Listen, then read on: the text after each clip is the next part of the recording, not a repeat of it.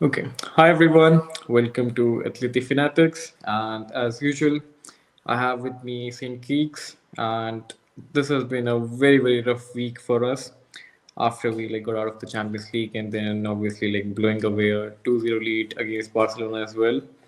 And I know I think as Athletic fan, we are all shattered, literally heartbroken with everything that happened in the previous week. Good thing, international break is here. There's a break, we can catch up with our feelings with new energy. We can come back. Hopefully, our players as well.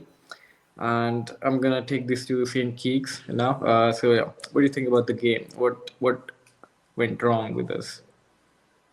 I think the capitulation was unexpected, but it's also, I think that capitulation is kind of like a strange theme throughout this week. The Getafe game, we had a 1-0 lead from almost a miracle set piece from Lamar. Lamar comes on for the first time in who knows how many months, makes a really good set piece.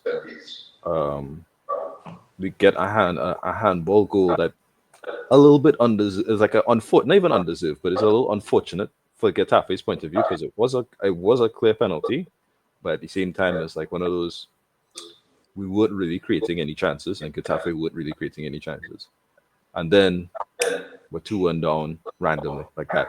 We lost the game, and it's like I can't tell you how many times this season we've capitulated. Yet, then this week we've managed to do it almost three times. It's like so we get the first early goal against Real Madrid 30 seconds into the game, we're doing fantastic throughout the entire first half. Second half, we have full moments, but Real Madrid have more scarier moments, I should say. And then at the last 10 minutes, we had a few chances, and we didn't take our chances to properly end the game in the momentum we had. And lose on penalties from the situation that had happened. Then we do Barcelona with 2-0 up at home versus Barcelona, who doesn't look like they have created any real chance to even score, end the game at 2-4. It's like it's it's been a rough week, but for me, it's been a frustrating week more so because of the fact that at our core principle, Simeone has always banged on and on and on and on about how the defense matters the most. And this is where you build the core of the team. And from there, do you get that chance and that those creating like to get to that next level. And while I think for sure this season we've been better defensively than last season or the season before that, maybe even the season before that, it it still is quite a bit below par for Atletico Madrid. Yeah, I mean, this is the first time at home, we blew a 2-0 lead, Yeah, which says a lot. I think, in the Simeone era, which has been, 11, 12 years now. So, this is the first time, which we blew away. And again, coming back to this, I mean, we discussed about this in the preview, where we were praising Longley, actually, and we actually discussed that, in tense situation when there's pressure, he kind of, he kind of gets nervous and he do something. I mean, even if you look at the first goal, I think there's no way he should have allowed Lewandowski to shoot, to control the ball on his chest and then let him shoot, because again, Barca fans can say all that crap about Lewandowski, but he is actually one of the best strikers in the world. So you can't literally give him a sniff of a goal and he this is will what we score it, did. right?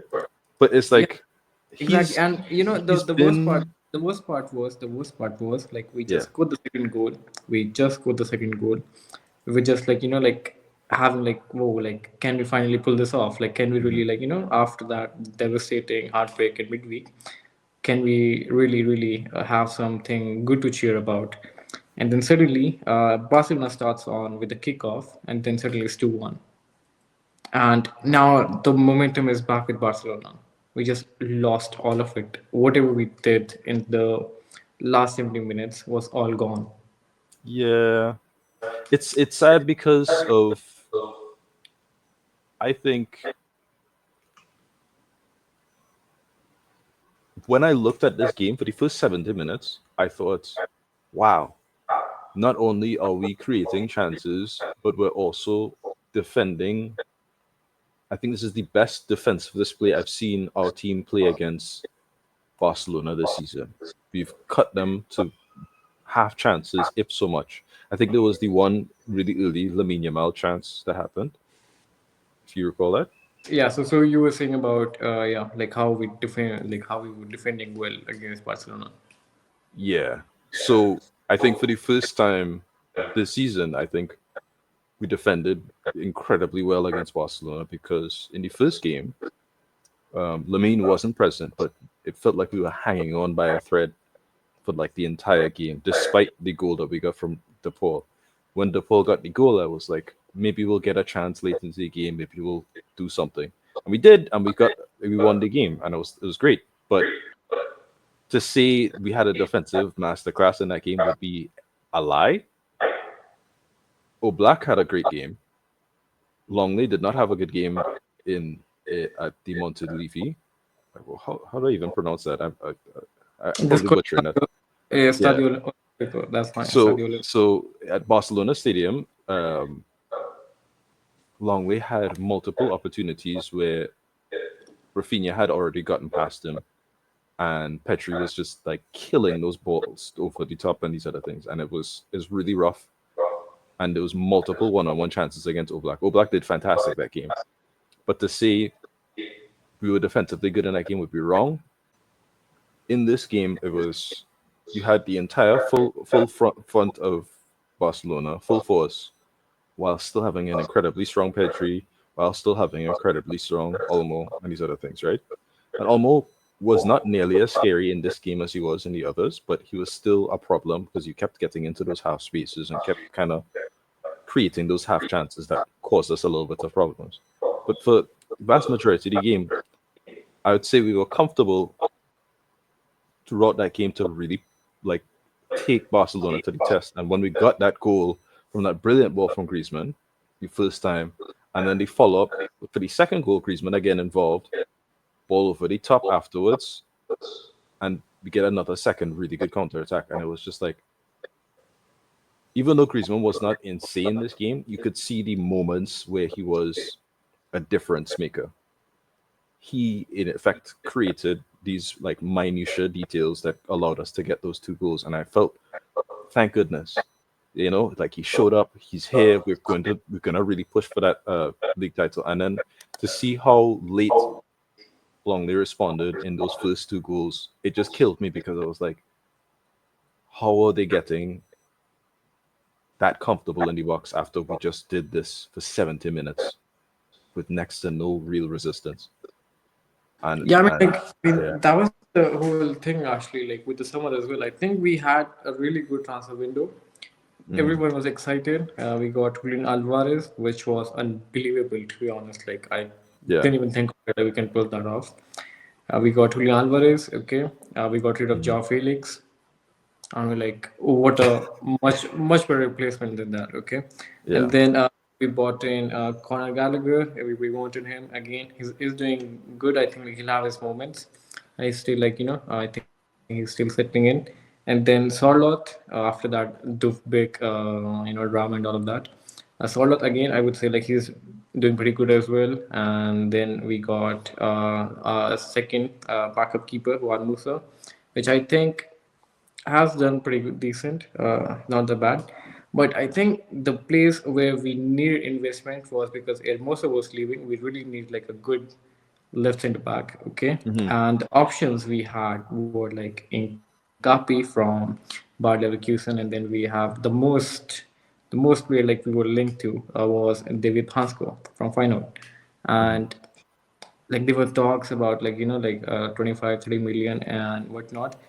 I think like if we had like a good left center back signing, this season could have been like much better.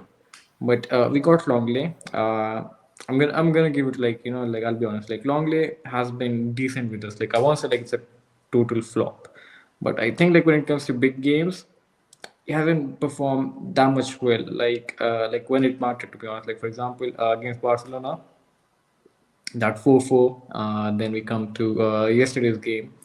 Again, the first goal, I would say, like, you seriously cannot allow like a striker to like control the ball on his chest and then shooting. And then the second goal, I can't really like blame him completely because like Ferran Torres made a really good run, but I think like if he It would have like shouldn't be that easy to get behind you as a center back for exactly, me. exactly. Like I think he would have like sensed that danger, like like someone is they can be a running behind if like he could have cleared that ball the second goal.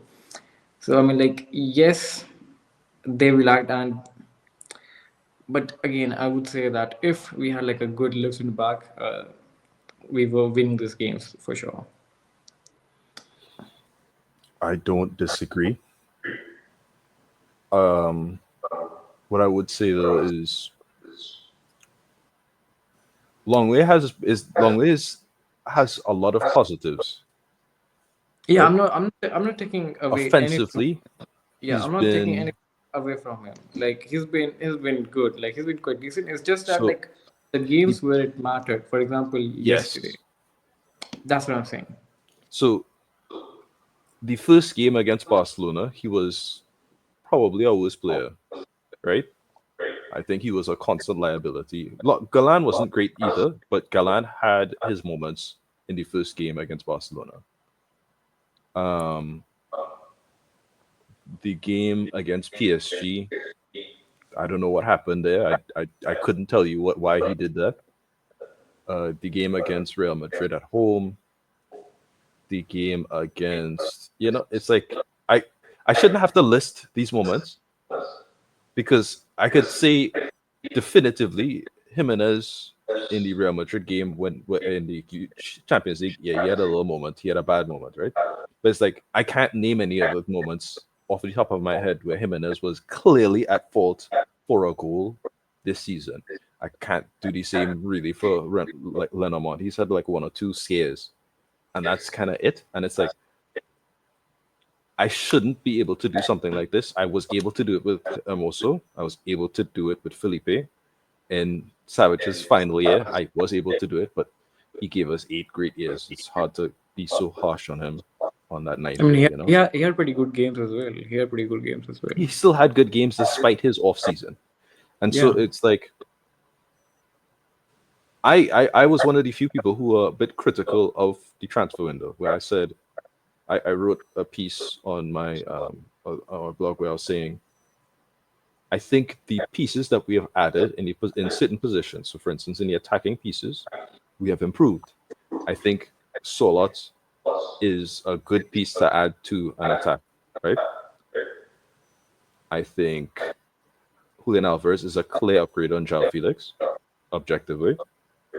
I think Giuliano Simeone coming in was fantastic. I thought after seeing him in the Segunda and then again in Alaves, I thought at the time I was just like maybe he'll need one more year of loan before he comes back with us. But I was surprised at what they decided to like just bring him back. But he's a starter, so clearly they knew he had it takes to stay with the team. But my frustration was Saul left, right? One of our key pieces in midfield, even though he had his bad moments throughout the latter years. That's one midfielder. Then we have Llorente is now a right back. He's no longer a midfielder. Then we have Vermeeren is gone, right? So that's three midfielders gone, one coming in, and Gallagher is not really a center. Like he's not supposed to be any double pivot. He can play there. It's not his role. So now you have Barrios, Koke, DePaul. We're in the crunch end of the season, and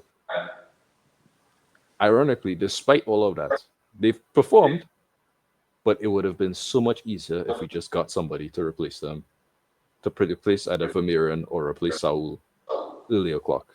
And then this would be less of an issue come this part of the season where you need a little bit more legs, you need a little bit of that extra oomph to give you some rest. And it's a shame because it's not like Samu's been playing poor.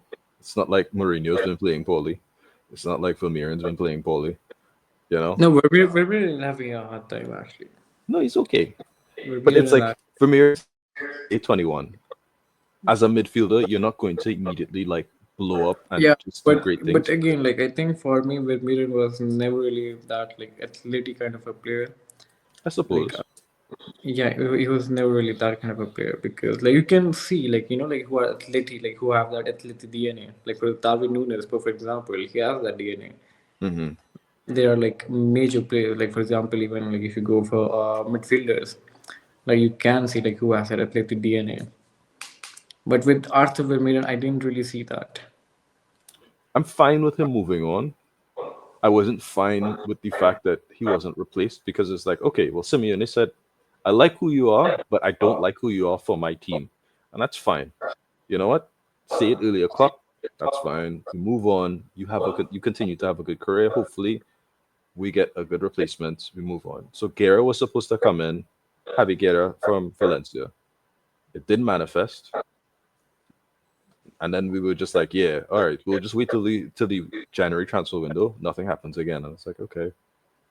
But at the end of the day, it's like I can't tell you why we decided Longley of all people, but oh, Auger from Real Sociedad was supposed to be the chosen player for the left centre back. He's been fantastic this season for Real Sociedad. This is maybe their best ever defensive season, and he just came in, started brilliant. I wanted that to a degree. I know he kind of flopped at West Ham, but to me, it was just a bad fit for a great player.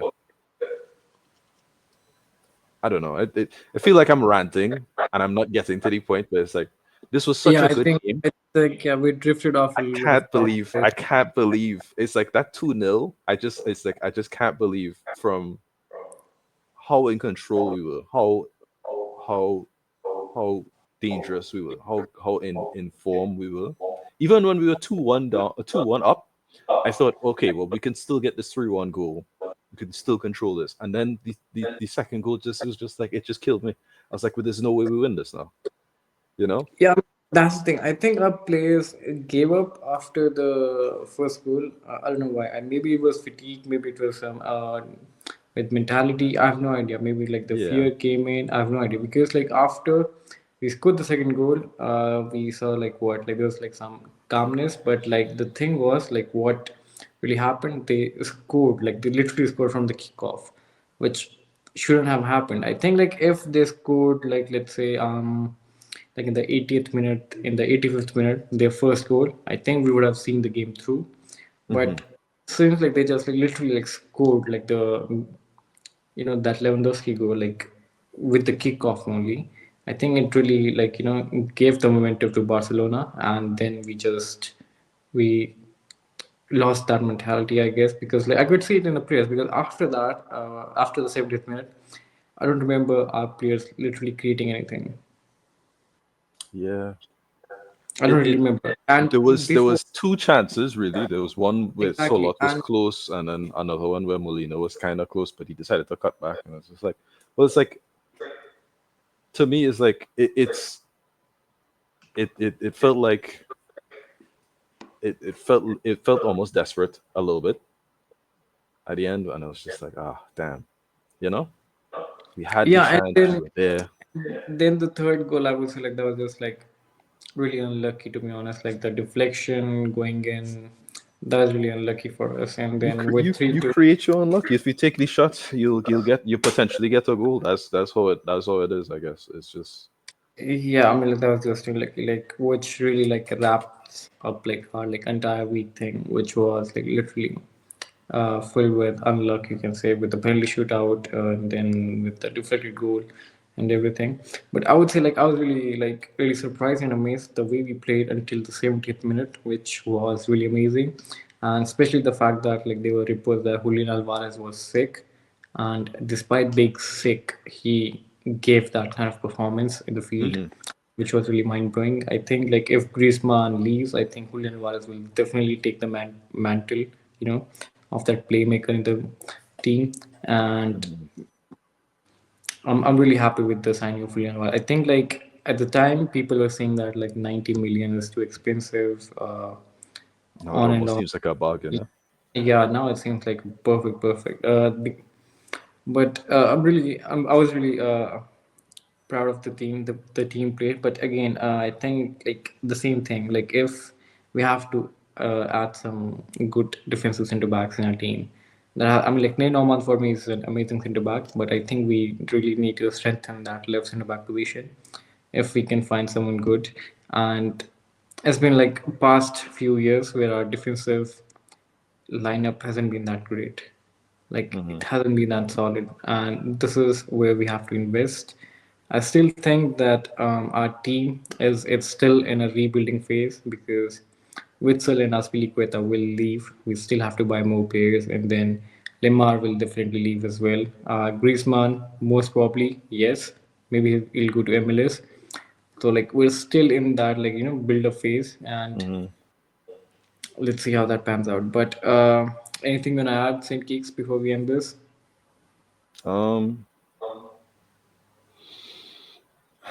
I I'm still very proud of this team. I think that display that they put out for so long in that game makes me proud to follow the team. I think after what happened midweek, was yet after 120 minutes, is like it's fantastic that this is what they showed us. It's a shame that they didn't get reward for it because to me, I thought almost everyone on that pitch played fantastic. I loved Ronaldo today. I loved him on the day. Sorry, I should say was fantastic. I loved Barrios. Barrios looked amazing for somebody who played 120 minutes just a few days ago. DePaul was clearly tired, but even then, he was always in the right position to try and do something. True, You know. true. I mean, like Barrios, the way Barrios was growing is, I am really happy with it. Hmm. And there was a moment like when he got two red cards, and then like there was like some fans saying some shit about him, which was definitely like uh, which is out of the question to be honest, because like this is the guy, this guy is literally the future captain, I would say, Pablo Hmm. Barrios. And I was really happy with his performance as well. De Paul as well, like you mentioned, and I think it's easy to forget, but it's like Barrios is 21 and Giuliano is what 23. no, You he's know, pretty. no, he's 22. Even better, I guess, is like two of our starters are barely, like they just turned 21 and 22. It's like if this is the potential, Alvarez just turned 25. If we can get in Mourinho, who's also very young, right? He's in his 20s. He's like 22 again. We have potential to renew these areas where we've been kind of lacking, and we still have the veterans who would be able to guide them to that next step. You know, and I think this, as much as this was a very sad week for us, I think there's a lot to look forward to. Simeone clearly has an understanding of the league as well as what it takes to get to that next level against Real Madrid because we still did win that game, even though we didn't Yeah, win on the I mean, penalties, you know? what makes this sad? What makes this sad is the fact that like we played really well both the games, but like the end result wasn't, So it wasn't goes. in our favor. That's the reason I think most of us Atleti fans like we are really sad about it. Hmm. And again, I mean, like it's Atleti, like we are proud of the team. We're not gonna like like other fan base like Real Madrid, Barcelona, like to turn up against the manager or whatnot. I mean, like it's it's like it's who we are. Like as fans, like we enjoy our team, and for like most important thing is like we want our players to give their 100% on the pitch, and which our players are doing. If the result is not that same, like fine, this is what like like bricks are hard, but at least like if you're looking, like at least everyone is giving their all on the pitch. There are still 10 games to go. Maybe Barca can run away with the La Liga title, maybe, but there's still 10 games to go. Let's see how it pans out. I suppose. Anyway, thank you everyone. Thank you for watching this video, and thank you, Saint Keeks. Next week, we'll come up with a new topic. We're going to discuss about a lot of things, our academy, new players coming up, and the transfer as well. Anything new, we'll bring to you guys. Thank you so much, everyone, and Opa Atleti.